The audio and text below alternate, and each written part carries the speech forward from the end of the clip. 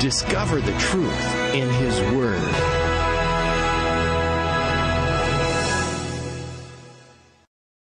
Before you read a book, you probably want to know something about the author.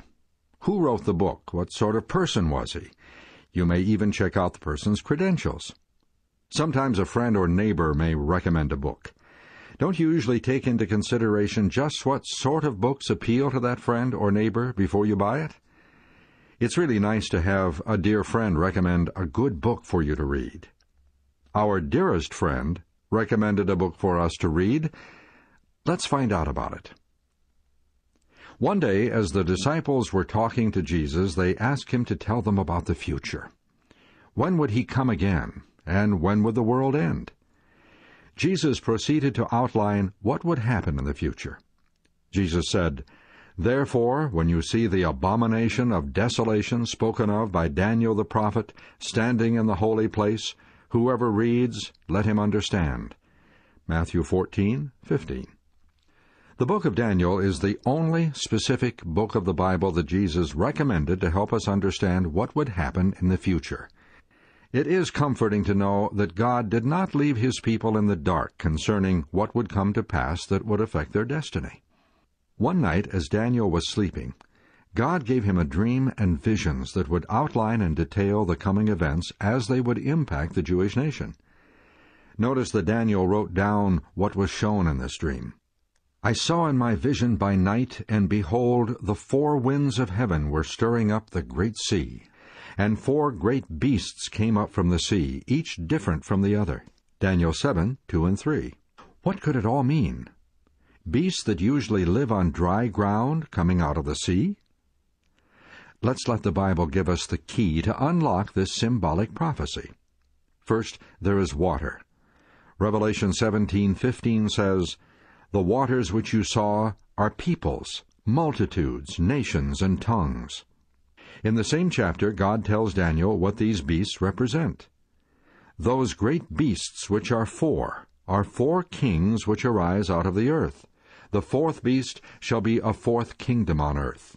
Daniel 7:17 and 23. There you have it. The beasts coming out of the populated area of the earth were to represent certain nations which would come into being. Notice how he describes them. "And four beasts came up from the sea, each different from the other. The first was like a lion, and had eagle's wings. I watched till its wings were plucked off, and it was lifted up from the earth, and made to stand on 2 feet like a man, and a man's heart was given it. And suddenly another beast, a second, like a bear. It was raised up on one side, and had 3 ribs in its mouth between its teeth. And they said thus to it, Arise, devour much flesh.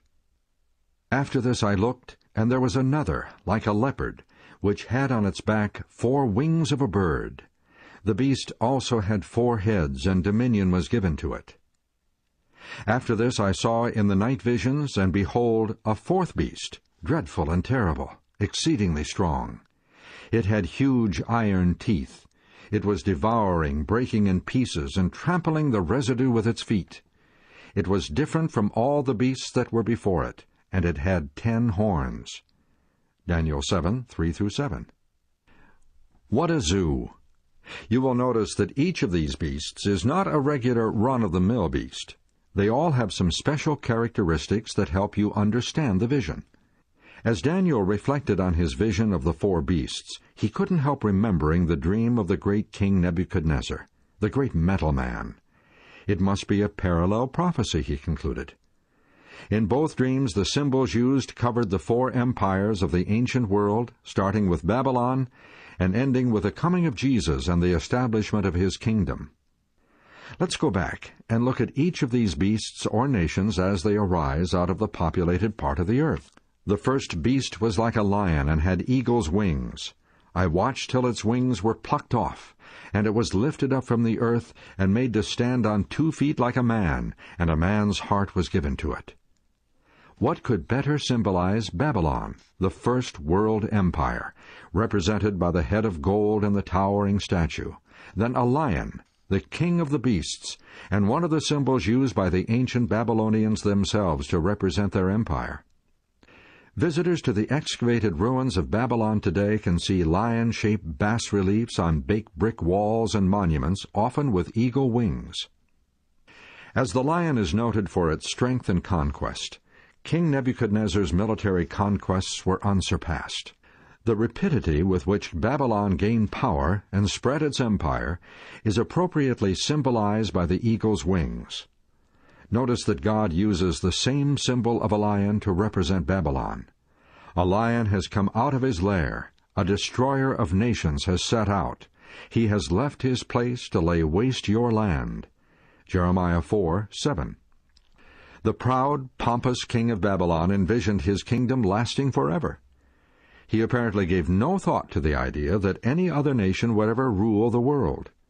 He inscribed on the bricks of his buildings, "May it last forever." However, God said the wings of the lion would be plucked and a man's heart would be given it. In other words, Babylon would become so weak that it would no longer have the courage and boldness of one possessing a lion's heart. And that's exactly what happened. After King Nebuchadnezzar's death, Babylon decayed both morally and politically. During the reign of Belshazzar, Nebuchadnezzar's arrogant grandson, Cyrus the Mede laid siege to Babylon while Belshazzar foolishly feasted with his lords in the great banquet hall. As the bloodless hand etched those fiery letters of doom across the plastered wall, fear gripped every heart. The Bible says, "The king watched the hand as it wrote. His face turned pale, and he was so frightened that his knees knocked together and his legs gave way." Daniel 5:5 and 6. Truly, the heart of a lion was replaced by that of a man.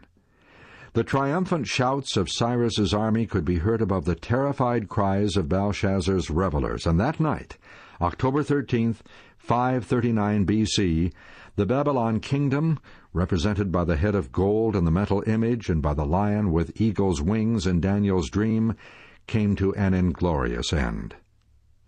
The kingdom or empire, represented by the second beast, the bear, can be none other than the conquering nation of Medo-Persia, the same kingdom represented by the arms and chest of silver in the giant metal man.